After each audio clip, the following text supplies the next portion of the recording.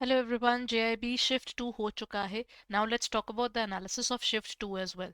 देखिए, इस बार का जो पेपर आया है एएफएम का ना, शिफ्ट 1 और शिफ्ट 2 में ज़्यादा वेरिएशन नहीं रही in terms of the question patterns. Shift 1 के अंदर भी आपके थ्योरेटिकल क्वेश्चन ज़्यादा थे. Same happened with the shift 2 analysis as well. Shift 2 का भी वही निकला है कि paper easy to moderate level का ही है.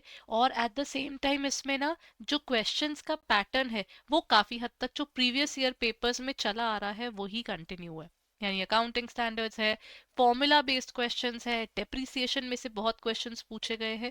और इवन रेशो एनालिसिस का जो टॉपिक है that is covered in the previous part, वो भी पहले जिस तरह से पूछा गया था सेम वे से इस बार भी वो कंटिन्यू हुआ है. सो मोर और लेस आई कैन से if I talk about the entire examination, shift 1 और शिफ्ट 2 के अंदर जो शिफ्ट 2 है उसमें रेपिटेशन ऑफ क्वेश्चंस भी हुई है जो शिफ्ट 1 में थे.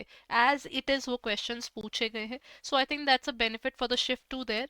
And for the shift 3 all I can say is all the best. And I think इस बार का पेपर, क्योंकि दो पर्टिकुलर शिफ्ट्स के अंदर तो उन्होंने थ्योरेटिकल साइड पर ही रखा है, तो आई थिंक थर्ड का भी पता चल जाएगा just little while there. But इस बार का अगर एएफएम का एग्जामिनेशन की बात की जाए, thankfully the exam was from easy to moderate level. So all the very best for the third shift. Thank you so much.